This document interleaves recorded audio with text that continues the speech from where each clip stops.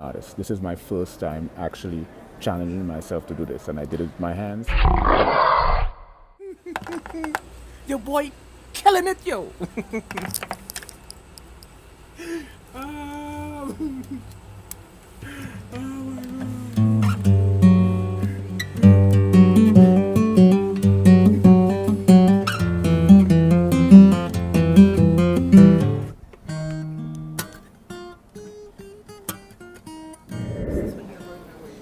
Fascinating, isn't it?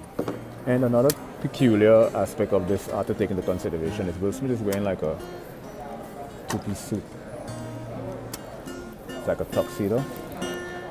So you have to kind of incorporate all these aspects of it into consideration. Yeah?